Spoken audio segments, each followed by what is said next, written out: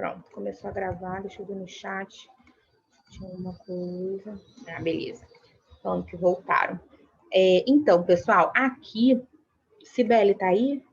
Tá, beleza. Nessa imagem, a gente consegue ver a distribuição dos elétrons, né, em camadas. E aí fica um pouco mais fácil da gente entender a parte anterior. Olha que interessante. Vamos olhar primeiro o sódio, tá, gente? Antes da gente falar sobre cátion e ânion. O sódio, aqui, ele tem o núcleozinho, que é essa bolinha laranja, tá? A primeira camada, que é esse círculo ao redor, onde ficam os elétrons. Nessa primeira camada, ela tem duas bolinhas pretas, que são os nossos elétrons. Então, olha que interessante. Primeira camada, subnível S, ele tem 2 elétrons. Tá? Então, por isso, um S2. Aí, a segunda camada. A segunda camada, gente, ela tem quantos elétrons? 8 no total. Por quê? Quando a gente representa as camadas, a gente não consegue ver as subdivisões, que é o S e o P, somente quando a gente escreve a distribuição. Olhando para a camada, a gente só consegue ver que tem 3, 4, 5, 6, 7, 8. 8 elétrons, que é o máximo que essa camada acomoda.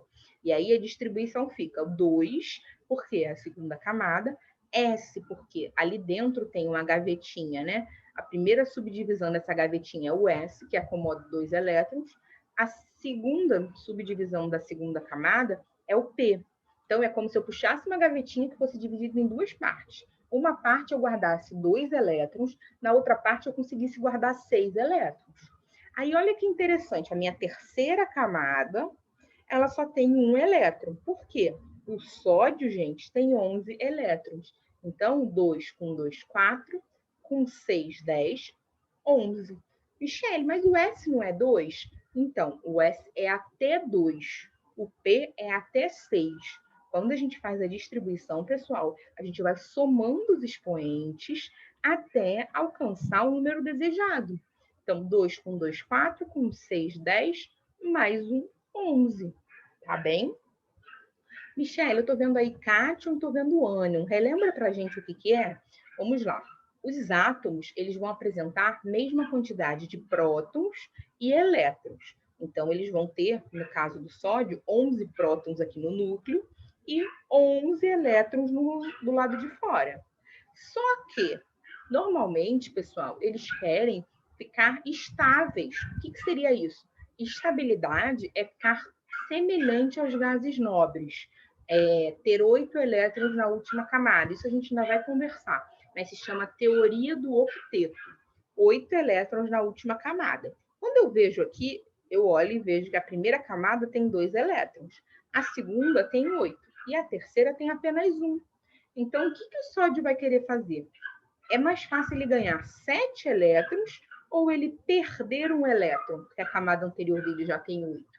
É mais fácil em relação à energia, pessoal, ele doar esse elétron. Então, o que ele faz? Ele vai se ligar a algum outro elemento químico e vai tirar esse elétron daqui. Vai doar para ele. Por exemplo, para o cloro. Né? E aí, o que vai acontecer? O sódio fica estável. Só que quando ele perde um elétron, como o elétron é negativo, pessoal, fica sobrando uma carga positiva. E aí, dessa forma, né, sobrando essa carga positiva, ele fica com esse Na+. Para quê? Para sinalizar para a gente que ele não tem mais 11 elétrons, que ele perdeu um elétron. Então, toda vez que vocês verem ao ladinho direito uma carga, vocês vão precisar, pessoal, fazer a conta de quantos elétrons ele tem no momento. Então, nesse caso, deixa eu anotar aqui. Nesse caso, o sódio tinha 11 elétrons. Ele perdeu um elétron. Por quê, Michele? Porque ele está com a carga positiva, né? Quando ele perde esse um elétron, gente, ele fica com essa carga positiva e ele vira o Na+. Agora ele tem ficando com 10 elétrons. Né? Ele perde um elétron, aí fica com carga positiva, só para ficar direitinho aí na anotação. Né? Então, ele tinha o sódio, tinha 11 elétrons. Perdeu um elétron, né? Significa carga positiva. Então, só de mais passa a ter 10 elétrons. Olha como é a distribuição dele agora, ao redor das camadinhas. 2 e 8. 1s2, 2s2, 2p6. Agora o sódio tem apenas 10 elétrons. Ah, Michele, como é que é o ânion? O ânion, a carga é negativa. Por quê? Indica que ele ganhou elétrons. Quando eu pego o cloro, gente, vejo na tabela periódica, o número atômico dele, número atômico é a quantidade de prótons que tem no meu elemento, é a carga do núcleo. Só que no átomo, né? Então vamos anotar aqui, ó. O átomo, a quantidade de próton é igual à quantidade de elétron. Nos íons, próton é diferente de elétron.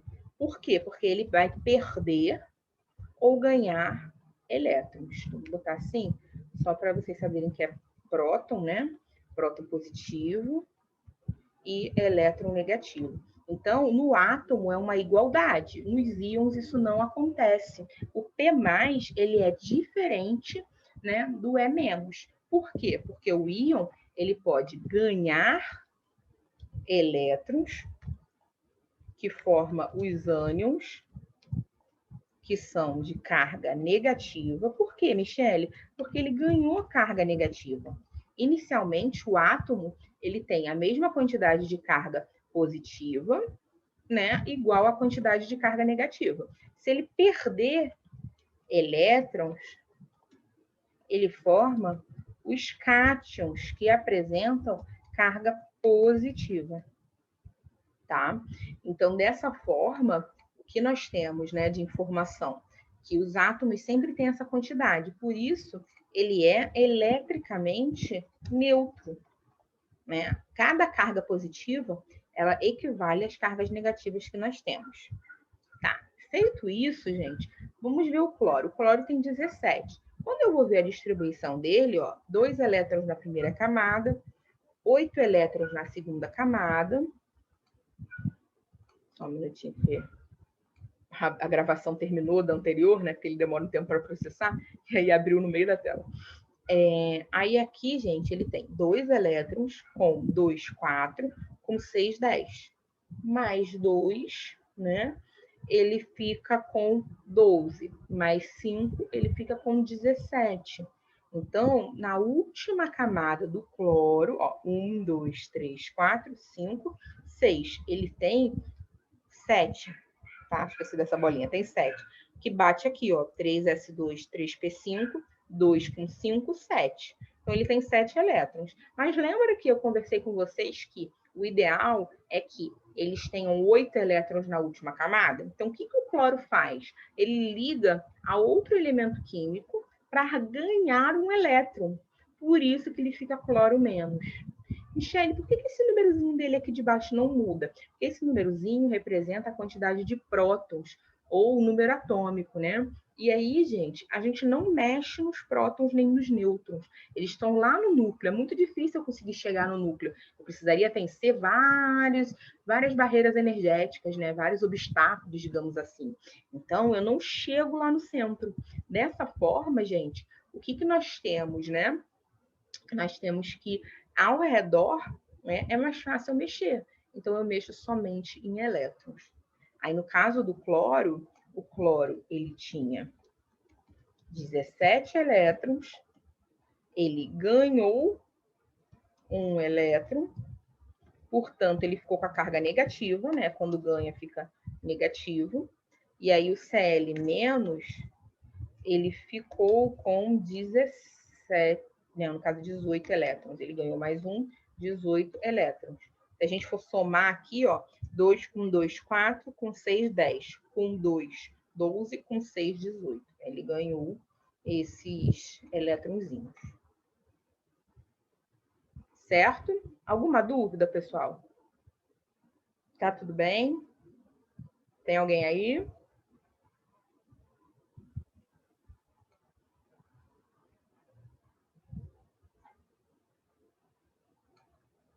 Achando que eu fui abandonada, hein? Beleza. Alguns me responderam. Tranquilo. Bem, show. Como é que funciona? A gente conversou que existiam, né, camadas. Essas camadinhas, elas tinham as gavetinhas, né? As camadinhas eram as gavetinhas, como se eu olhasse para uma cômoda e tivessem 7 gavetas. Dentro dessas gavetas, eu posso ter divisões, divisórias ali dentro, né? Pode ser uma só, podem ser divisórias ali que acomodam 2, né? 2 subdivisões, que seria o S e o P. Eu posso ter 3 subdivisões, né? Que seria o S, o P e o D. Eu posso ter 4, o S, o P, o D e o F, numa mesma gavetinha, certo? Só que, gente, cada subdivisão dessa acomoda uma quantidade de elétrons, né? A gente viu aqui anteriormente, estava no expoente, ó, 2, o P 6, né? O D são 10 e o F 14, no máximo. Como é que funciona se eu quisesse representar? Lembra que isso é o endereço do elétron, né? Então eu já tinha se fosse o endereço de uma pessoa, né? Eu dei o exemplo do endereço da Cibele. Seria, por exemplo, o nome da rua, o número da casa da Cibele, o bairro e a cidade. Nisso, a gente já consegue localizar a Cibele. Como é que a gente faz com o elétron? A gente localiza a camada. Dentro da camada, a gente localiza o subnível, né? Esse subnível seria o nome da rua com um número. Mas e qual é o bairro, né? Qual é a cidade? Agora a gente vai descobrir a terceira informação. Dentro de cada subnívelzinho desse, eu posso ter, gente, essas caixinhas. Essas caixinhas são chamadas de orbital, tá? Esses orbitais, eles vão se dividir da seguinte maneira. Cada caixinha acomoda 2 elétrons. Portanto, o S, né? Lembra lá que a gente tinha a informação? Assim, ó. O S, no máximo, né? Vou botar assim, máximo 2 elétrons. O P, máximo de 6 elétrons. O D, o máximo, eram 10 elétrons. E o F, o máximo, eram 14 elétrons. Tá? Isso aqui era o máximo que a gente tinha para cada um. Só que cada caixinha, cada orbital, ele acomoda 2 elétrons. Sempre. Portanto, se eu quero, gente, guardar 6 elétrons, quantos orbitais eu vou ter que ter? Dentro daquela divisão, quantas subdivisões eu vou ter? 3, né? Porque aí eu consigo botar 6 elétrons. No D ele acomoda 10. 10 em grupinhos de 2, que são 5 caixinhas que eu conseguiria, 5 orbitais. Michele, e o F? O F seriam 14, então eu vou fazer metade deles de caixinha. É sempre a metade, pessoal. Então, ó, uma caixinha, então seria 1 orbital, 3 orbitais, 5 orbitais, 7 orbitais. Sempre a metade, tá? Então, aqui seria associado, né, a quantas caixinhas eu tenho. Deixa eu salvar isso, depois eu coloco lá para vocês junto com o material. Google Classroom.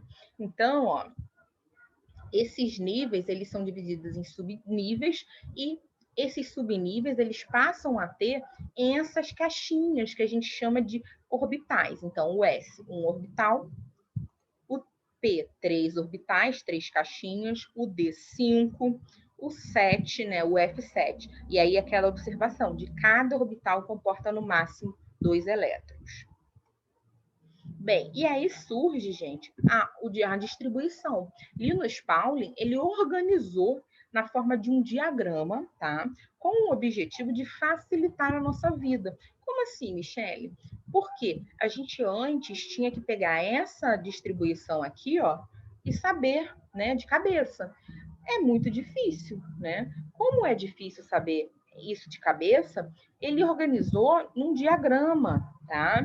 E aí, esse diagrama, ele facilita o nosso entendimento. Então, vamos lá ver como ele facilita, né? Porque, inicialmente, eu sempre brinco que no segundo grau a gente não gosta disso. É muito difícil, né? A gente sai da escola, né, do ensino fundamental lá. Quem é mais antigo fez 8ª série, os mais novos fizeram até o 9º ano, né? E a gente entra no ensino médio começando a ter física e química, que normalmente são disciplinas que a gente viu no 8º ano, na 9ª série, dependendo da escola, de uma maneira muito superficial, até porque a gente está no ensino fundamental. A gente entra no ensino médio tendo 2 disciplinas que são completamente novas para a gente, né? Antes a gente tinha o português, a matemática, as ciências, né? Os estudos sociais, antigamente, aí vira história, geografia. E aí, quando a gente chega no segundo grau, a gente se depara com o primeiro ano do ensino médio com química, que, na minha opinião, é uma das químicas mais complicadas, né? Para o aluno absorver. E aí, normalmente, a maior dificuldade que os alunos do ensino médio enfrentam, né, que a literatura mostra para a gente, é na parte de distribuição eletrônica. Só que, se a gente tentar conversar e entender como essa distribuição, né, como o Linus Pauling tentou organizar, facilita um pouco. E eu acho que é interessante, né, vocês, como técnicos em química, futuros técnicos em química, se Deus quiser, entender como é feita essa distribuição. Então, vamos lá, queridos. Aqui nós temos o seguinte: cada linha dessa distribuição representa a camada. Lembra que a gente podia ter até 7 camadas? Então, se eu quero construir um diagrama, foi uma pergunta que um colega fez ainda há pouco, né? Professora, na prova, esse diagrama vai estar disponibilizado, essa ordem? Eu falei, a princípio, vocês fazem a prova em casa, né? Porque a gente está remoto. Se a gente estivesse fazendo uma prova na escola presencial, eu não disponibilizaria. Por quê? Porque nessa aula eu explico para vocês como vocês montam esse diagrama, então não precisa decorar, né? Os alunos, normalmente, quando a gente tinha aula presencial, eles recebiam a prova e faziam no cantinho da prova esse diagrama, né? Então, a gente trabalha mais ou menos dessa forma. Então, gente, cada linha representa a camada, tá? E aí a gente tem 7 camadas.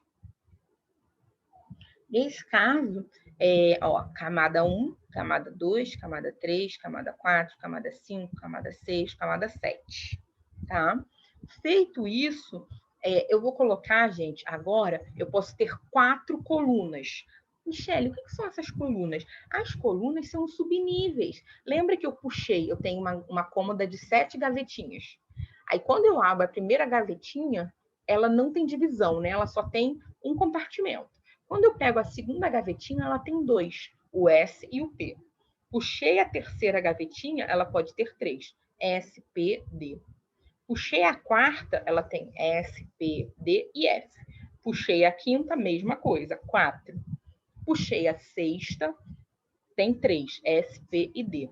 Gente, a sétima, antigamente, tá? Na época que eu estudei, lá no ensino médio, há 1000 anos atrás, a gente só tinha o 7S. Atualmente, a gente tem o 7P. Por quê? No ano passado, a tabela periódica foi fechada, a última linha dela toda. Não sei se vocês repararam isso, né? A gente agora tem toda a última linha, que é a sétima, preenchida. O que significa isso? Significa que essa última linha ela já está preenchida com elementos. Todos esses elementos novos foram feitos em laboratório, não são encontrados na natureza, eles são sintéticos, né? E eles agora fazem parte do 7P, né? A gente fechou a última linha, os cientistas. Michele, se tiver mais elementos químicos sendo criados, a literatura ainda está decidindo o que vai fazer. Se vai criar uma 8ª linha na tabela periódica, como se fosse uma 8ª camada, ou se vai ampliar aqui, tá? Isso está em discussão, ainda não foi definido pela comunidade científica. Mas até o momento a gente tem 7P, né? E aí o 7P engloba todos os elementos conhecidos até o momento. Cátion, íon positivo, ele perde elétron. Perdeu um elétron. Ânion, íon negativo, ganha elétron. C+, lítio, lítio... Eu não entendi o exemplo aqui. Quando puder voltar nessa de perder e ganhar. Ah, Maria Fernanda, agora que eu vi a sua pergunta. Tá bom, Maria, volto sim. Aí a Letícia estava explicando, beleza, Letícia. É bem isso que a Letícia colocou mesmo. Ela deu um exemplo ali, né, de um átomo que perde elétrons, né? E um átomo que ganha elétrons, o -2, né? E o +1 ali. Eu vou apresentar para vocês isso agora, antes da gente finalizar a aula da manhã, num software, né, um link que vocês conseguem acessar de casa e ele deixa você construir átomos. E aí, ao lado, ele te mostra se ele é positivo ou se ele é negativo. E aí, quando a gente constrói, fica um pouco mais fácil, né?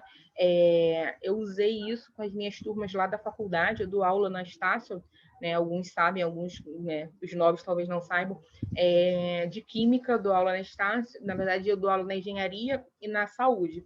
E aí eu pego cadeiras de química, né? E a gente está recebendo os alunos, os calouros, né, nesse semestre. E atualmente as aulas mudaram as datas, né? As aulas começariam 1º de março e foram prorrogadas para começar somente 29.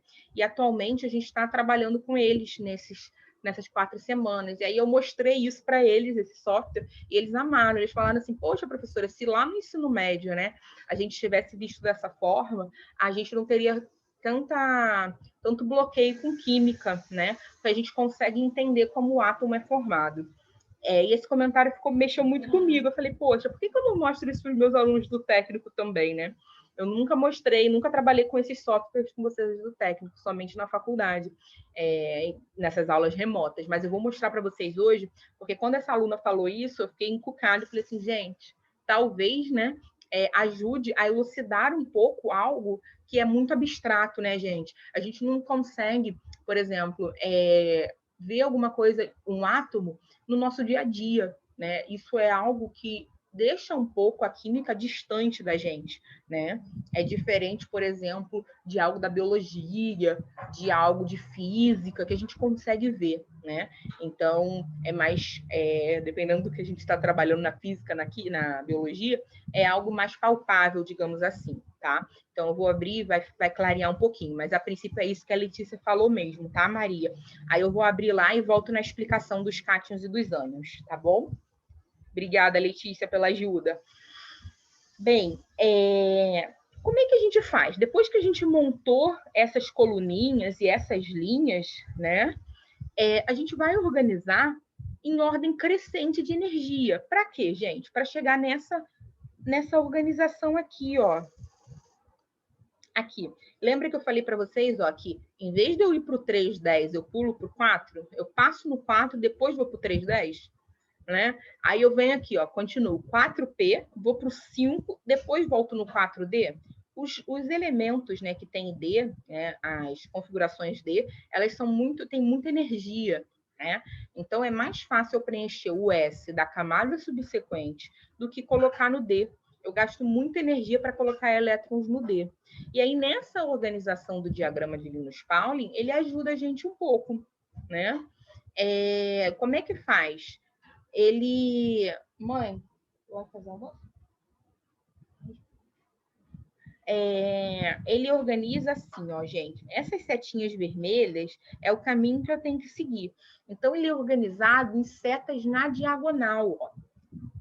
Eu venho e faço um S, olha aqui o tracejado, volto lá para a ponta da seta, 2S, 2P, 3S, 3P, 4S, depois o 3D. Eu não sigo a linha na horizontal, gente. Eu vou seguir sempre na diagonal, inclinado.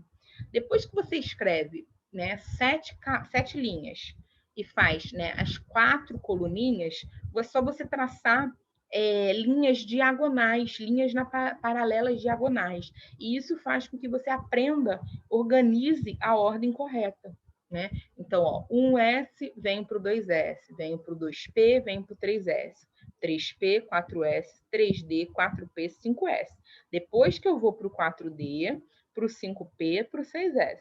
Aí eu vou lá em cima no 4F, vou para o 5D, 6P, 7S, 5F, 6D, 7P. Tá? Então, esse diagrama de Linus-Pauling, ele organiza, né, os nossos elétronzinhos, tá? eu ver se eu botei mais alguma coisa. Não, achei que eu tinha posto mais alguma coisa antes do preenchimento. Ah, aqui eu coloquei também, é esse aqui que eu estava procurando. Olha como é que é. A gente organiza, né, as linhas, que são 7 linhas, porque são 7 camadas. Aí eu tenho que lembrar que na primeira camada só acomodam 2 elétrons. Deixa eu botar os colegas para dentro. Tá? Tem gente entrando. Na primeira linha, gente, só acomoda 2 elétrons. Na segunda linha, até o 8, 18. Por que eu tenho que saber isso, Michele? Para saber quantas colunas eu vou usar para cada. Somente a 4 e a 5 que são completas, com 4 divisões na gavetinha, tá? Tem até uma... Eu não sei se eu vou conseguir fazer aqui, mas tem uma... Normalmente, para ajudar, né? Eu não sei se isso aqui dá para fazer. Fazem assim, ó. Aqui é igual a esse. Aí depois esse é igual a esse. Depois esse é igual a esse. Em relação à quantidade. Eu queria um negócio móvel que eu pudesse desenhar, mas acho que desenhar não tem. Porque aí eu poderia fazer... Será que é assim? Não, aqui só...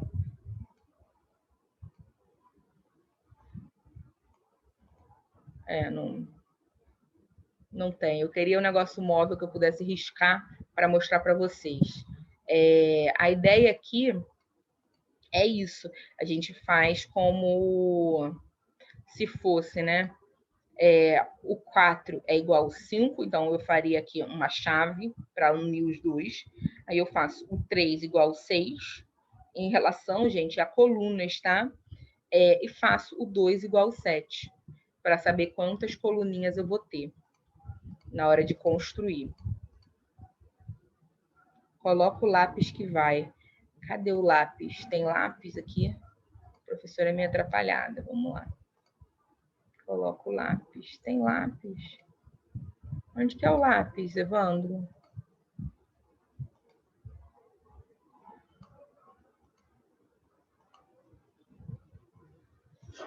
Não achei o lápis, não.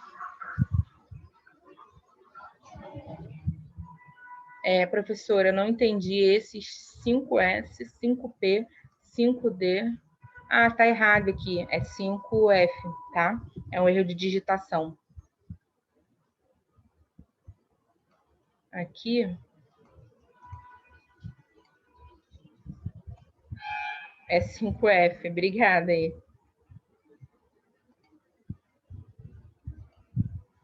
5F.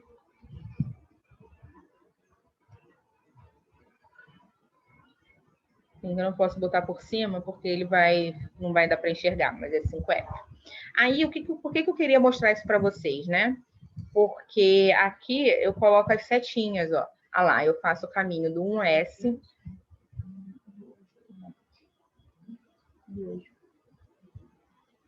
Faz a setinha 1S, 2S, aí ele vem 2P, 3S, 3P, 4S, 3D, 4P, 5S, 4D, 5P, 6S, 4F, 5D, 6P, 7S, 5F, 6D, 7P. Então, depois que a gente organiza, né, as colunas, né, e as linhas, a gente faz essas setinhas, né, na diagonal para poder ver a ordem certa. E aí, ó, a gente tem a ordem certinha aqui embaixo, tá? Depois de fazer todas essas setinhas e organizar.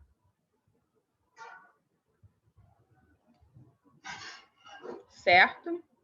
Deixa eu salvar isso aqui também, que eu consertei ali, só para depois ficar mais fácil. Tá, então deixa eu voltar aqui só para poder falar do próximo. Depois que a gente monta o diagrama, né? O diagrama era para vocês entenderem um pouquinho da distribuição. Eu venho e falo, gente, dos números quânticos magnéticos, que é o terceiro, são 4, né? Quando eu peço assim na questão, defina os números quânticos, são sempre 4. Quais são esses números, né? O terceiro, o número quântico principal é N, N de não, minúsculo, né? Esse N varia de 1 até 7. O segundo é o número quântico secundário, que é o L, que indica se é S, se é P, ou se é D, ou se é F. Vai de 0 até 3, está até aqui no cantinho, ó, 0, 1, 2 e 3. E aí, lembra que eu apresentei para vocês as caixinhas?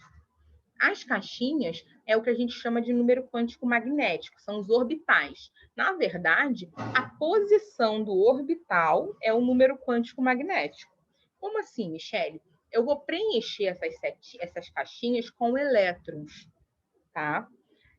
Quando eu preencher essas caixinhas com elétrons, cada caixinha tem uma localização, né? Seria, por exemplo, o bairro da cidade, o bairro do local em que a pessoa que eu quero visitar mora. Então, eu tenho que ter o nome da rua, que seria o número quântico principal. Eu tenho que ter o número da casa, que seria o número quântico secundário. Mas eu preciso do bairro também. O bairro vai ser o número quântico magnético, que é o M, e ele vai estar associado aos elétrons que eu vou preencher aqui. Mas, Michele, como é que é feito esses números, né? Da seguinte forma: a caixinha central é sempre a caixinha 0. Então, todo mundo no S só tem a opção de uma caixinha. Então, todo mundo é 0. A caixinha, quando eu tenho 3 caixinhas, a do meio é 0. Michele, Oi. você pode, por favor, voltar no diagrama anterior para eu poder tirar uma foto aqui? Posso. Nessa aqui ou na outra? Não, no diagrama é esse daí. Tá.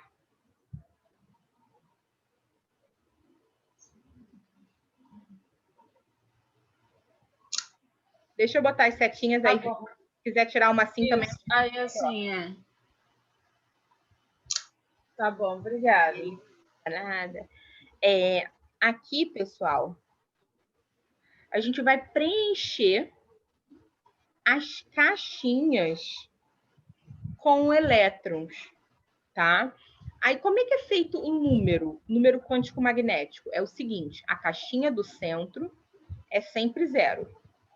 Andei para a esquerda é negativo, andei para a direita é positivo. Aqui tem que estar tudo com mais, tá? Deixa eu colocar o mais logo. Era para eu ter trocado isso no slide, mas eu esqueci. A resposta sempre tem que ser assim, ó, mais 1, se for essa caixinha. Tá? Aí aqui também, ó, mais 1. Vou chegar lá mais para frente, não fica em cima do 1. Aqui, mais 2. O lado positivo e o lado negativo. Como se fosse a reta dos números reais, né? O meio é o 0, tá? É o meu ponto de partida. Caixinhas para a esquerda negativa, caixinhas para a direita positiva. Mesma coisa aqui embaixo. Mais 1, mais 2 e mais 3. Aí lembra que eu falei para vocês que a gente vai preencher com elétrons para poder encontrar qual é o número quântico magnético? Como é que preenche isso com elétrons, né? Você falou que vai preencher, Michele. Como é que a gente faz? O elétron é a setinha que a gente vai colocar dentro da caixinha. Ele pode ser setinha para baixo, o número quântico spin, que é o número quântico o último, né? Como se fosse a cidade que a pessoa mora. Ele pode ser chamado de S ou MS, e ele representa sempre a setinha. Quando a setinha final do elétron está para baixo, é positivo, 1/2, o número quântico. Quando a setinha está para cima, é negativo. Então, setinha para baixo, positivo, setinha para cima, negativo. Aí a gente vai ver, aqui eu boto um resumo de todos eles, tá? Número quântico principal, ele vai variar de 1 até 7. O número quântico secundário vai variar de 0 até 3. O número quântico magnético, primeira caixinha, somente 0. Menos 1, 0 e mais 1. Menos 2, menos 1, 0, mais 1 e mais 2. Menos 3, menos 2, menos 1, 0, mais 1, mais 2 e mais 3. Foi o que eu falei dos números, né? Reais. Para a esquerda, negativo. Para a direita, positivo. E o spin, né? Que é o último número quântico. Setinha para baixo é positivo, setinha para cima é negativo. E aí a gente vai ver como é que a gente bota essa setinha na caixinha, né? Para poder escolher os números, para poder determinar os números quânticos. Aqui. O preenchimento, gente, é sempre da entrada, né, da caixinha da esquerda para a direita. Se eu tenho apenas um elétron, eu preencho só uma caixinha. Se eu tiver 2 elétrons, 2 caixinhas, sempre para cima. Essa é uma regra. A gente começa sempre a preencher no subnível com setinhas para cima, da esquerda para a direita, tá? Então, 4 elétrons, eu vou ter preenchido as 3 caixinhas e meu quarto elétron, ele vem preenchendo, gente, a caixinha já preenchida que tinha. Só que tem que ser sinal contrário. Um para cima, um para baixo, dentro do mesmo orbital. Cada caixinha, cada orbital, comporta no máximo 2 elétrons, desde que eles estejam contrários. Michele, se eu tiver... Passei direto, desculpa. Se eu tiver 2 elétrons e eu quiser preencher já aqui para baixo, não pode, está errado. Primeiro eu vou preencher os vazios com setinha para cima. Preenchi tudo vazio, agora eu venho, volto desde o primeiro da esquerda, repreenchendo, mas agora tem que ser para baixo a setinha. Tá? Então, isso é a regra. Gente, vai cair de novo, tá? Passou muito rápido o segundo. Mas eu vou mandar um novo link para a gente continuar, tá? Talvez tenham muitas dúvidas aí na cabeça de vocês, mas eu vou apresentar um exemplo, né, de como isso é feito, para poder clarear as dúvidas, tá? Eu estou avisando que daqui a pouco a gente vai cair, eu mando um novo link. Bem, a gente sempre vai preencher, pessoal, do cantinho da esquerda para a direita. Primeiro, todos os vazios, igual aqui em 3 elétrons. Quando chegar o meu quarto elétron, eu começo a repreencher. Eu posso repreencher qualquer um? Não. Eu vou repreencher sempre da esquerda para a direita, assim como o preenchimento. Esse eu já falei,